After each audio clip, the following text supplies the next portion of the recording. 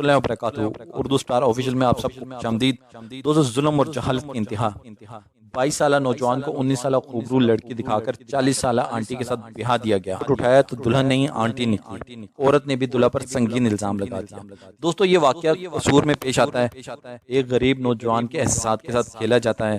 دوستو، سمجھ نہیں آتا اس قوم کا کیا ہوگا۔ ہر کوئی دھوکے باز ہے، جس کا جتنا بس چلتا ہے وہ اتنا بڑا ٹھگ ہے۔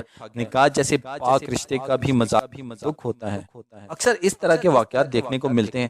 تعجب اس بات کا ہوتا ہے کہ ہم اسے سبق نہیں۔ نکاح جیسے رشتے کو جو کہ سوچ سمجھ کے کیا جاتا ہے، اس کے بعد دو فریقین کے درمیان ایک نیا رشتہ بنتا ہے، مگر میرے خیال میں یہ سب آوارہ قسم کے لوگ ہوتے ہیں جو غریب اور معذور لوگوں کے احساسات کے ساتھ کھلواڑ کرتے ہیں۔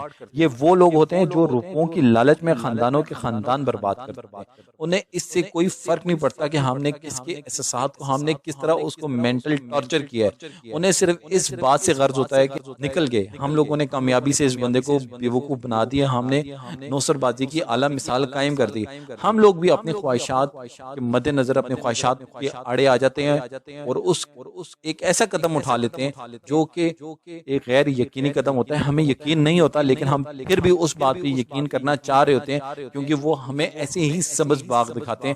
سبز باغ دکھانے کے چکر کے اندر ہم اس طرح کے نوسر بازوں کے ہاتھ لگ جاتے ہیں، جہاں پہ پھر ہمیں ایک رات کے لیے ایک پروسٹیٹیوٹ کو بھیج دیا جاتا ہے، جس کا پہلے سے بھی نکاح ہوا، اور وہ اس کے 3 بچے ہوتے ہیں۔ جو سب سے بڑا بچہ ہوتا ہے 13 سال کا ہوتا ہے، اور وہ کہتی ہے کہ جو مجھے تو ایک رات کے لیے انہوں نے بھیجا تھا، میرا تو پہلے سے نکاح ہوا، میں چاہتی ہوں اب یہ لوگ مجھے واپس اپنے گھر بھیجے۔ وہ اس گینگ کی ممبر ہے۔ اگر اس کی انکوائری کی گئی تو اور بھی بہت سے اس کے شوہر نکلیں گے۔ اب تو یہ بیچارہ صرف ایک معذور جو کہ اپنی محنت مزدوری کرنے والا بندہ تھا، درزی تھا، اور اپنی محنت مزدوری کر کے جو اپنی جمع پونجی وہ اس نے ایک مثال بیچ میں اور لاکھ روپے دیے کہ آپ لڑکی کا جو بھی جہیز بنانا ہے میں آپ کو پیسے دیتا ہوں، آپ اس کا جہیز بنائیں۔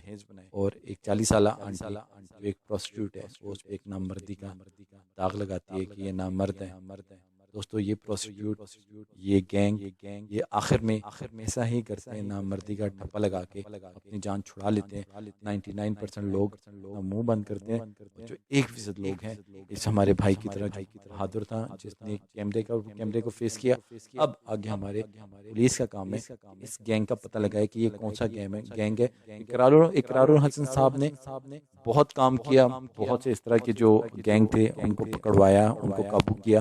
اس کے بعد پھر سے یہی حرکات غریبوں کے ساتھ، پہلے بڑے لوگوں کے ساتھ، امیروں کے ساتھ ہوتی رہی، اب غریبوں کو رگڑیں۔ دوستو، اگر ہماری ویڈیو آپ کو اچھی لگی ہو، ہمارے چینل کو